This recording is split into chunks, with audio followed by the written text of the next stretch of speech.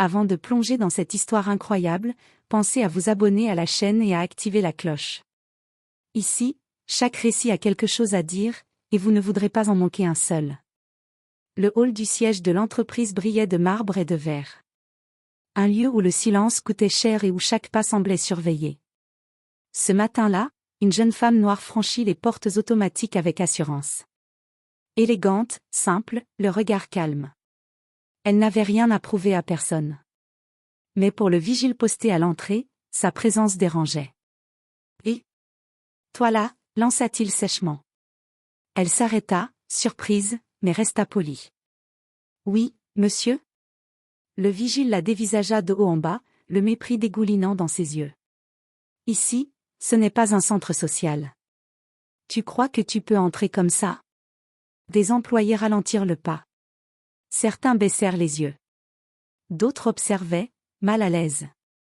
La jeune femme tenta d'expliquer. « J'ai rendez-vous ?» Il ne la laissa pas finir. « Menteuse. Vous êtes toujours en train d'inventer des histoires. » Puis, soudain, tout alla trop vite. Un geste brutal. Une gifle claqua dans le hall. Le bruit résonna comme un coup de feu. La jeune femme chancela, la main tremblante sur sa joue, les yeux brillants de choc, mais pas de peur. Un silence glacial tomba sur le bâtiment. Le vigile, lui, se sentit puissant. Intouchable. Convaincu d'avoir remis quelqu'un à sa place. Il ne savait pas encore que cette gifle venait de signer la fin de sa carrière, et bien plus encore. Car ce qu'il ignorait, c'est que cette jeune femme n'était pas n'importe qui. Un jour plus tard, quand la vérité éclatera, il ne restera plus rien de son arrogance. Le lendemain matin, le siège de l'entreprise se réveilla comme d'habitude. Même marbre froid. Même employé pressé. Même vigile à l'entrée. Sauf que quelque chose avait changé. Le vigile n'avait presque pas dormi. La scène de la veille lui revenait par flash, la gifle, le bruit sec, le regard de la jeune femme. Pas un regard de victime. Un regard, calme. Digne. Presque compatissant. « Bah, elle l'a bien cherché », murmura-t-il pour se rassurer. À 9 heures précises, un message interne tomba sur les téléphones des employés. Réunion exceptionnelle, présence obligatoire de tout le personnel de sécurité à 10 heures. Le vigile fronça les sourcils. Une réunion pour ça ? Sérieusement. À 9h47, une berline noire aux vitres teintées s'arrêta devant l'entrée principale. 2 assistants en descendirent, suivis d'un homme que tout le monde reconnut immédiatement. Le patron. Le fondateur. L'homme dont le nom était gravé sur la façade du bâtiment. L'agitation fut immédiate. Les employés se redressèrent. Les cadres se figèrent. Le vigile, lui, se mit droit comme un piquet. « Bonjour, monsieur », lança-t-il avec un sourire nerveux. Le patron ne répondit pas. Il entra, lentement, puis s'arrêta net au milieu du hall. « Où est-elle » Personne n'osa parler. « Où est ma fille » Un murmure parcourut la salle comme une onde de choc. Le vigile sentit son estomac se nouer. À cet instant précis, la jeune femme apparut au bout du hall.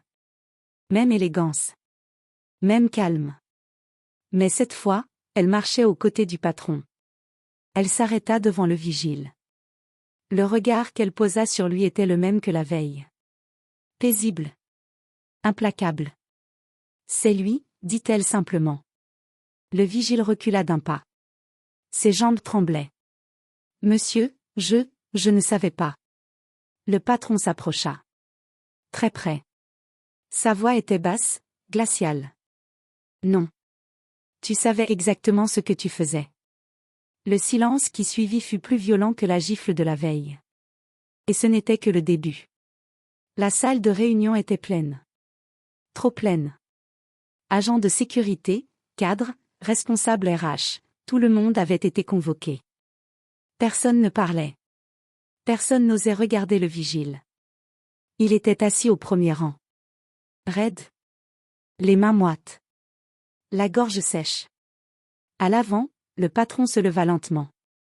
Sa fille était à ses côtés. La trace de la gifle était encore visible sur sa joue. Hier matin, commença le patron, la voix posée mais lourde. Ma fille est entrée ici. Pas comme héritière. Pas comme fille du patron. Mais comme une femme. Il marqua une pause. Et en tant que femme noire, elle a été humiliée. Insultée. Frappée. Un murmure parcourut la salle. Certains baissèrent la tête.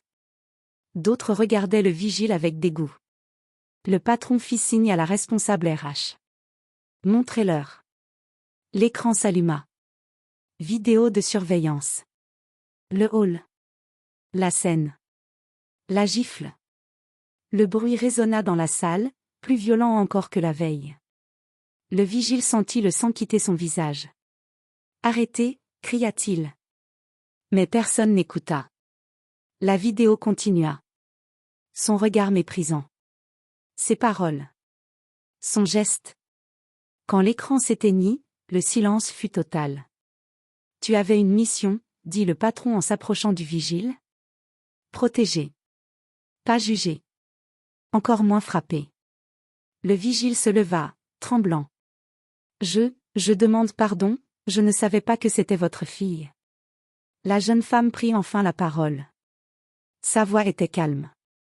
Mais chaque mot frappait comme un marteau. C'est justement ça, le problème. Tu n'as pas frappé parce que j'étais la fille du patron. Tu m'as frappé parce que j'étais noire. Un frisson parcourut la salle.